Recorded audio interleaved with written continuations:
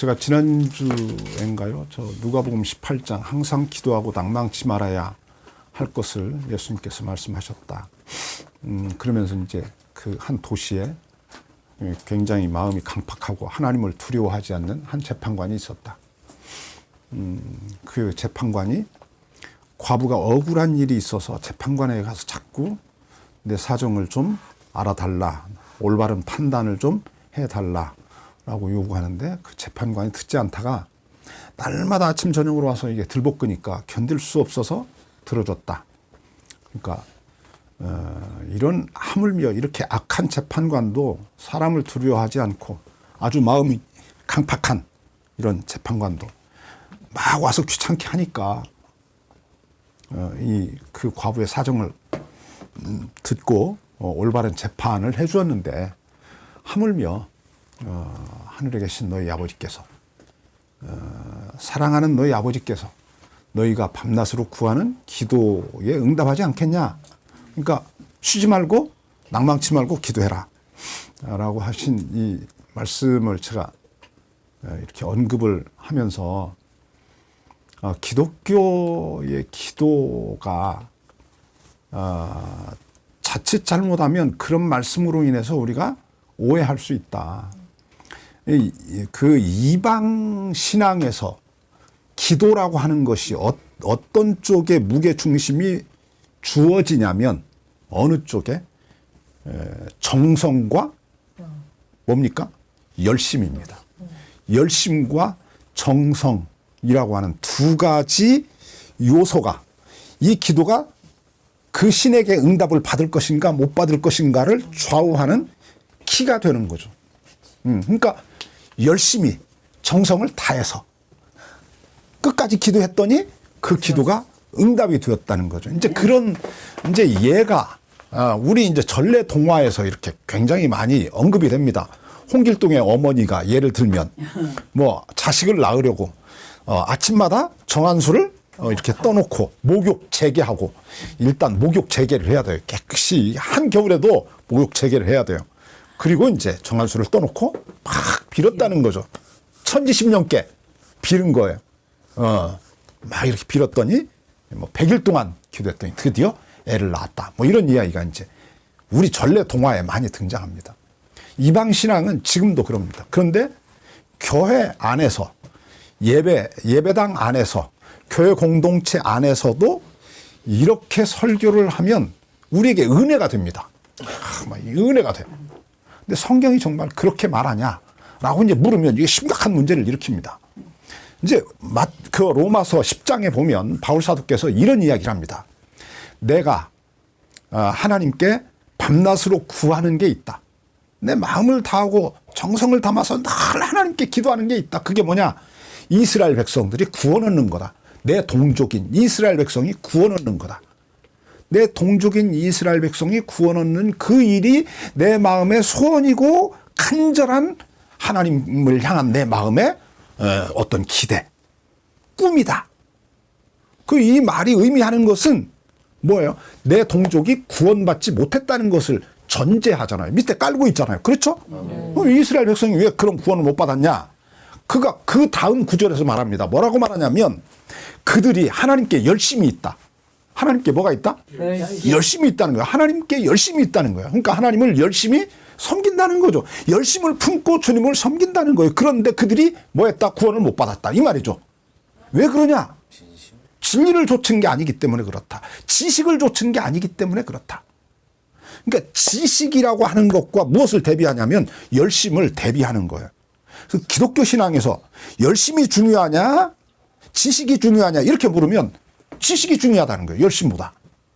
이게 성경이에요. 이게 하나님이에요. 그럼 이 지식이 무엇을, 이 지식이라고 하는 이 단어가 초점이 어디에 맞춰져 있는가를 이렇게 보면 하나님입니다. 그러니까 하나님을 올바로 알 때라야 우리의 열심이나 어떤 뭐 정성 이런 것들이 의미를 갖게 되는 거지 하나님이 누구인지를 잘 모르는 사람에게 열심은 굉장히 위험한 결과를 낳는다. 이해하시겠죠?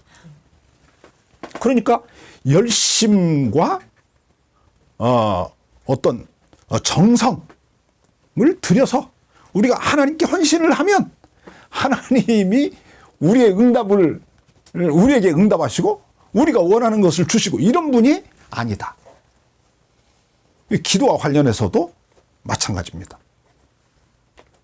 자, 지난주에 제가 좀 살펴보려고 여러분에게 말씀드렸었는데 지난번에 이거 제가 넣어놓으라고 그랬는데 이 줄을 전도서 5장을 보면 전도서 5장을 좀 읽겠습니다. 전도서 5장. 제가 이렇게 쭉 읽어 넘어갈 테니까 이제 빠르게 찾으시는 분은 찾으시고 자, 제가 좀 읽어 넘어갈게요. 5장 1절 봅니다. 너는 하나님의 전에 들어갈 때 내 발을 삼갈지어다. 그러니까 하나님의 전에 들어간다. 누군가가 지금 뭐를 하려고 그래요? 하나님의 전에 들어가려고 그래요. 하나님의 전이 뭐야? 그게 성전이지, 성전. 구약시대 때는 이제 성전이란 말이야. 성전에 들어가. 왜 들어가려고 그러는가? 이제 이렇게 보니까 이 쭉 좀 들어봅시다. 자, 5장 1절입니다. 전도서 5장 1절. 950페이지. 자, 너는 하나님의 전에 들어갈 때 내 발을 삼갈지어다. 함부로 들어가지 말라는 거예요. 성전에 들어가려고 할 때 뭐 하지 마라? 함부로 들어가지 말라. 그러면서 무슨 이야기를 하냐면 하나님을 가까이 하여 말씀을 듣는 것이 우매자의 제사를 드리는 것보다 낫다. 무엇과 무엇을 대비하냐면 하나님의 말씀을 듣는 것과 우매자가 제사를 드리는 것. 그러니까 지혜자는 성전에 들어가면 왜 성전에 들어가려고 하냐? 이렇게 물으면 지혜자가 나와요. 지혜자와 우매자가 있는데 지혜자는 하나님의 말씀을 들으러 들어간다는 거예요. 아시겠죠? 지혜자는 성전에 왜 들어가려고 한다고? 하나님 말씀을 들으려고. 자, 그런데 이제 우매자는 성전에 왜 들어가냐? 제사 드리러 가는 거예요. 아시겠죠? 제사를 드린다는 말은 정성 드리러 가는 거예요. 내 열성을 하나님께 보이는 거예요. 아시겠죠? 자, 그런데 무엇보다 무엇이 낫다고 그러냐면 성전에 들어가서는 하나님의 말씀을 듣는 사람이 지혜자고 제사를 드리는 사람은 우매자다. 이러는 거예요. 이 말씀을 조금 더 설명해 드리면 이런 이야기예요. 바꿔 설명하면. 우리가 하나님께 나아가잖아요. 하나님께 나아갈 때 우리의 마음에 분명한 어떤 의식을 가지고 들어가야 한다는 거예요. 하나님이 누구냐라는 거예요. 그분이 어떤 분이냐. 그분은 내가 그분의 말씀을 듣는 것을 무엇보다 더 좋아하냐면 제사를 드리는 것보다 더 좋아한다는 거예요. 이게 구약시대 때 제사는요, 오늘 우리의 예배하고 달라요. 우리는 뭐 예배 드릴 때 얼만큼 피가 나요? 우리가 하나님께 예배 드리는데 얼마나 많은 경제적으로 얼마나 많은 헌신을 해야 돼요. 구약시대 때는요, 제사를 드리려고 하면 일단 소를 잡아야 돼요. 1년 이상 된 소거든요. 그거 못 잡는 사람은 뭐 잡아야 하냐면 최소한 1년 이상 된 염소를 잡아야 돼요. 염소나 양을 잡아야 돼요. 요즘 염소나 양 이거 보통 한 10만 원 넘을 거래요. 한 20만 원 가까이 되지 않나? 예배 드릴 때마다 우리가 20만 원 이상 갖다 헌금을 드려야 돼요. 그러니까 이게 쉬운 일이 아니라니까. 예배를 드리러 성전에 나아가는 일이 이게 그냥 쉽게 할 수 있는 일이 아니에요. 이해하셨죠? 네. 그런데 그것보다 더 중요한 게 있대요. 뭐? 하나님의 말씀을 듣는 것이 제사를 드리는 것보다 더 낫다고 그래요. 이해하시겠죠? 자, 그 다음에 봅시다. 우매자가 왜 제사를 드리는지를 우리가 이제 알 수 있어요. 이제 읽어가다 보면. 자, 1절 끝에 봅니다. 저희는 이제 우매자 이야기합니다. 저희는 악을 행하면서도 깨닫지 못한다. 그러니까 누가 깨닫냐면 말씀을 듣는 사람이 깨닫는 거지 제사 드리는 사람은 못 깨닫는 거예요. 그렇죠? 자, 보세요. 하나님과 나와의 관계야. 저 보세요. 저 하나님과 나와의 관계에서 내가 자꾸 하나님께 뭐를 드려서 그분을 기쁘시게 하겠다 라고 하는 사람은 아무리 하나님을 오래 믿어도 신앙생활을 오래 해도 뭐가 없냐면 깨닫는 게 없어요. 뭐를 못 깨닫냐면 하나님을 못 깨달아요. 하나님을 못 깨달으면 내가 어떻게 살아야 하는지를 몰라요. 하나님이 나를 이 세상에 왜 나게 하셨는지를 몰라요. 이거 굉장히 중요한 거예요. 한국교회가 자꾸 신자들에게 뭘 요구하냐면 열심을 요구해요. 열심히 하라는 거예요. 쉬지 말고 기도하라는 거예요. 저 누가복음 18장 내가 기회가 있으면 언제 좀 살펴볼 텐데 그 말씀도 우리가 자꾸 성경을 읽을 때 경구처럼 읽으면 안 돼요. 잠언, 경구, 속담, 격언 뭐 이런 것처럼 들으면 안 돼요. 지혜자의 말들이잖아요. 경구가. 뭐 스피노자가 뭐 내일 만약에 지구상에 종말이 온다면 나는 오늘 뭐 한다고 그래요? 사과나무 한 그루 사과나무를 심겠다고 그러잖아요. 이게 무엇을 의미하는지 아세요? 그게 자 내일 지구에 종말이 와요. 오늘 뭐 할 것 같아요 나는? 내일 지구에 종말이 온다는 걸 내가 알아. 하나님이 내게 말씀하셨어. 자 우리가 알아. 내일 이 세상이 끝나. 내일 해 뜨면 끝날 판이야. 그럼 오늘 우리 뭐 할 거예요? 내일 이 세상이 끝나면 나도 죽고 다 죽을 판이야. 이 세상이 끝난다니까? 그럼 오늘 뭐 할 거냐 이거지. 그냥 먹고 놀죠. 그러니까 이게 한번 가만히 생각을 해보면 이 스피노자라고 하는 사람이 이게 얼마나 지혜자인가를 알 수 있어요. 오늘 자기는 뭐 한대요? 사과나무 심겠다는 거예요. 이 사과나무는 왜 심는 거예요? 오늘 심어서 내일 이 지구상에 종말이 오면 이거 사과나무 오늘 심는 게 의미가 있어요? 의미가 없죠. 그런데 왜 이 사람은 사과나무를 심겠다고 그래요? 우리 같으면 가서 술이라도 한 잔 마시고 지금까지 뭐 점잔 떠느라고 못했던 거 그거라도 뭐 좀 한번 해보고 이러면 죽을 텐데 이 사람은 왜 사과나무를 심겠다고 그래? 이게 사과나무는 이게 뭐를 의미해요? 사과나무 심는 사람이 농부가 오늘 나무를 심어. 올해 봄에 사과나무 누군가가 어떤 농부가 심어. 왜 심을까? 이 열매 따먹으려고 심는 거잖아요. 올해 당장이 아니에요. 올해 사과나무 묘목 심었다고 내년에 사과 열매 맺는 것도 아니고 뭐 최소한 3년은 지나야 먹는 거야. 그러니까 미래를 심는 거예요. 미래. 그죠? 그렇죠. 그러니까 오늘 내일 종말이 오는데 오늘 너 뭐 할 거냐? 그러면 나는 내일을 심겠다는 거예요. 희망을 심겠다는 거예요. 미래를 심겠다는 거예요. 이게 무슨 말인지 이해를 했나 못했나 하여튼 뭐 하는 대로 이해를 하세요. 성경을 우리가 읽을 때 어떻게 읽냐면 그렇게 읽는다니까. 항상 낭망치 말고 기도해라. 그리고 이제 이 예수님이 비유를 들었어요. 그러면 그것만 독립해놓고 그 이야기만 독립해놓고 그냥 독립적으로 읽어요. 이게 앞이 없고 뒤가 없어요. 이 말씀을 예수님이 왜 했는가가 없어요. 그러니까 이게 지 맘대로 그거 하나만 놓고 해석을 하는 거예요. 그러니까 이게 오류가 일어나는 거예요. 그 말씀 앞에 보면 무슨 이야기가 있냐면 예수님 제자들이 바리새인들이 예수님께 와서 물어요. 하나님의 나라가 언제 옵니까? 라고 물어요.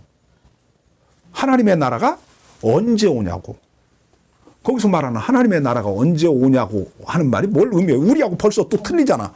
우리는 자꾸 뭐 예수 믿고 죽어서 하나님 나라 가자고 그러잖아. 근데 이 예수님께 묻는다니까 하나님 나라 우리가 언제 갑니까? 이런 거 묻는 게 아니라 언제 오느냐고. 뭐 유대인들에게 하나님의 나라는 늘 오는 나라야. 천당은 오는 나라지 가는 나라가 아니라고. 뭐 천당이라는 뭐 의미도 없지만 어쨌든 유대인들에게 하나님의 나라는 늘 오는 나라야. 하나님의 나라가 온다는 말은 누가 온다는 말이냐면 하나님이 오신다는 말이야. 하나님이 오신다는 말이 무엇을 이 말 안에 어떤 내용이 담겨 있냐면 1번 하나님이 오시면 악을 심판해. 악을 심판하신다고. 죄인을 전부 심판하는 거야. 그리고 이제 이 땅 위에 뭐를 세워? 하나님이 다스리는 나라를 세우는 거야. 온전히 다스리는 나라. 하나님이 온전히 다스리는 나라를 이 땅 위에 세워. 그게 하나님의 나라야. 그래서 이 땅 위에 뭐가 세워지냐면 어떤 나라가 이루어지냐면 하나님의 뜻이 이루어지는 나라가 이 땅 위에 세워지는 거야. 그게 어떤 나라냐면 창세기 1장 마지막 절에서 말한 하나님이 보시기에 심히 좋은 나라. 하나님의 샬롬이 넘치는 나라야. 하나님의 피조물들이 모두가 다 행복을 누리는 나라라니까. 그 나라가 이루어진다고. 그 나라는 어떻게 이루어지냐면 하나님이 오시면 이루어져. 어디에 이루어지냐면 이 땅에 이루어지는 거야. 땅에. 이 땅에 이루어져. 성경은 절대 처음부터 현실 도피가 아니야. 도피주의가 아니라니까. 우리 도망가자고 그래. 이 세상은 살만한 세상이 아니야. 행복이 없어. 그러니까 빨리 죽어서 가야 돼. 어디로? 천당으로 가야 돼. 이거 아니라니까. 하나님이 처음부터 성경은 처음부터 어디서 살아? 어디서? 이 땅 위에서 산다는 거야. 하나님이 이 땅에 관심을 가지고 있지. 하나님이 지으신 인간들과 피조물들과 하나님이 어디서 부대끼며 삶을 사냐면 여기서 산다니까. 여기서. 근데 자꾸 예배당에 나가면 죽어서 천당 가자고 그래. 이거 도피한다니까. 이게 도피라니까, 현실 도피. 굉장히 비겁한 거라니까. 바리새인들이 물어. 하나님 나라 언제 옵니까? 그러니까 예수님이 말해.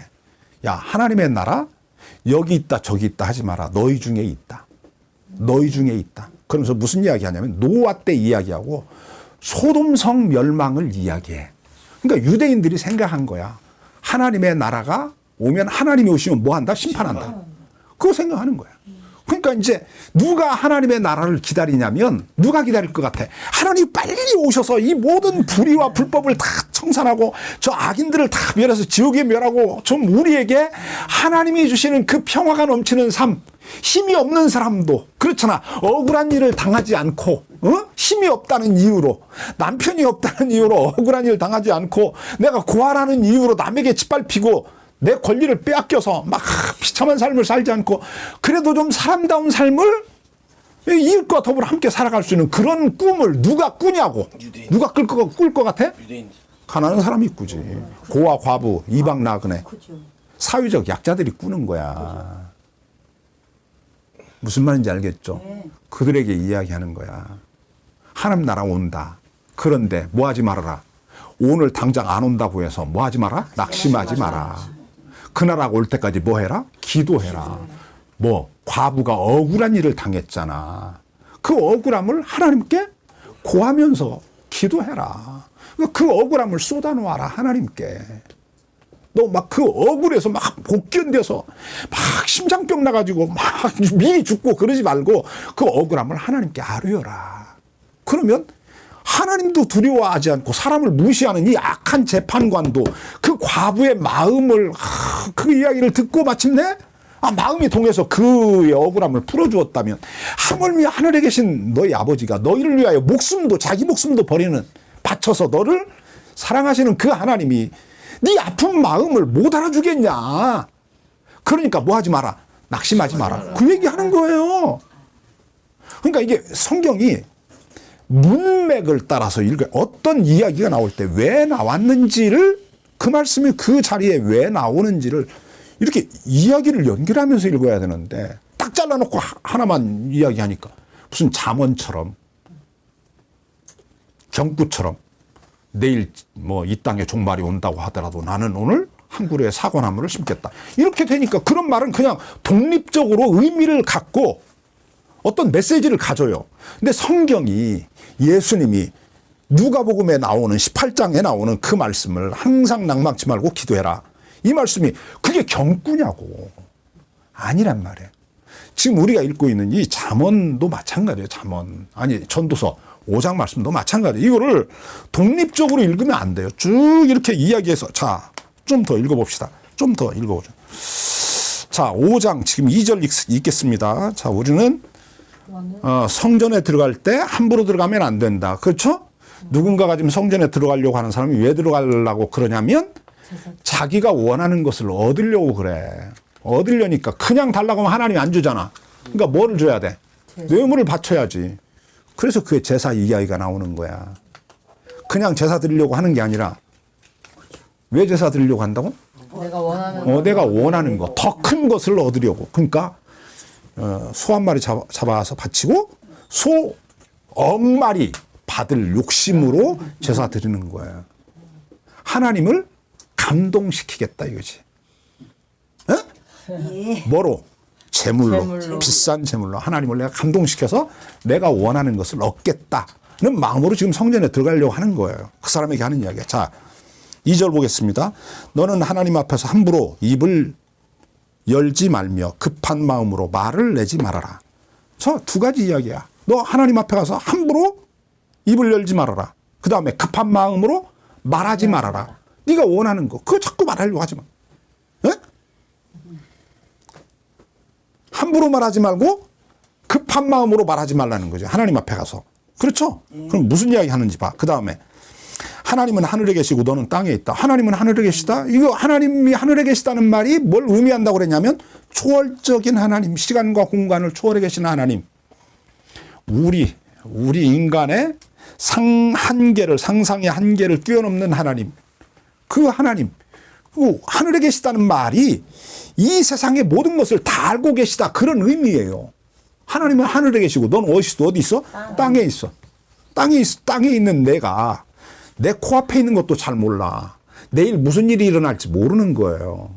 내가 기도를 하고 일어나서 예배당 문 밖에 나가다가 벼락 맞아 죽을는지 무슨 일, 뭐 코레라가 와가지고 그 병에 걸려 죽을는지 몰라.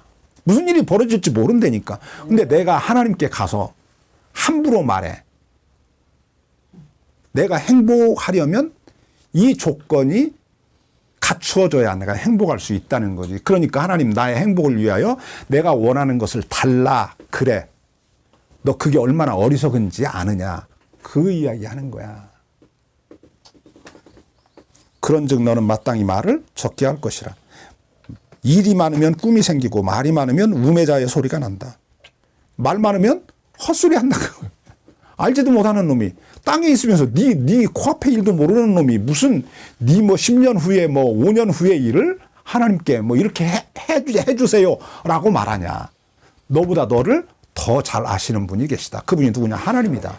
그러니까 함부로 그분에게 뭐 가르쳐가지고 하나님 이거 모르지요. 내가 지금 이게 필요한지 그거 모르죠. 그러니까 내가 가르쳐 드릴게요. 그러니까 내가 해달라는 거 해주세요. 이렇게 말하지 말라는 거예요. 너 그 우매자라는 거지. 어리석은 자. 나 그렇게 한다는 거예요. 좀 더 보겠습니다. 자, 4절. 내가 하나님께 서원하였거든 갚기를 더지게 말라. 하나님은 우매자를 기뻐하지 아니하시나니 서원한 것을 갚으라. 서원하고 갚지 아니하는 것보다 서원하지 않는 것이 더 낫다. 이게 서원은 왜 해? 이게 그냥 기도하면 안 들어줄 것 같잖아. 그러니까 서원하는 거야. 하나님 이거 만약에 들어주시면 내가 이거 하겠습니다라고 서원하는 거지. 그런 거 하지 말라는 거야. 하나님이 그랬다고 그래서 네 기도를 듣고 그렇지 않았다고 해서 기도 안 듣는 이런 분이 아니라는 거지. 이런 것들을 다 전제하고 있는 거야. 그걸 마지막에 쭉 내가 뭐라고 말하냐면 너는 오직 하나님을 경유해라 그래. 하나님은 뭐라고? 경유의 대상이라고. 몇 절이야? 너는 하나님을 경유할지니라. 쭉 내려가 봐. 여기 7절. 7절. 자, 우리 한번 다 같이 읽겠습니다. 시작. 꿈이 많으면 헛된 것이 많고 말이 많아도 그러하니 오직 너는 하나님을 경외할지니라. 아멘. 말 많으면 헛소리만 많이 한다. 그러니까 그러지 말고 뭐 해라? 하나님을 경유해라.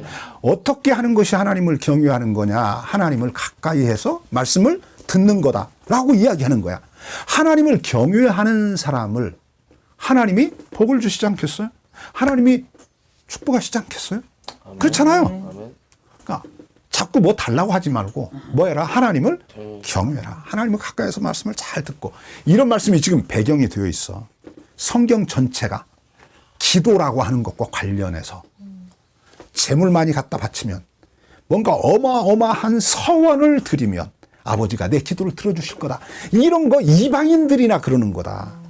이방신이나 그러는 거지. 하나님은 그런 거 상관없다.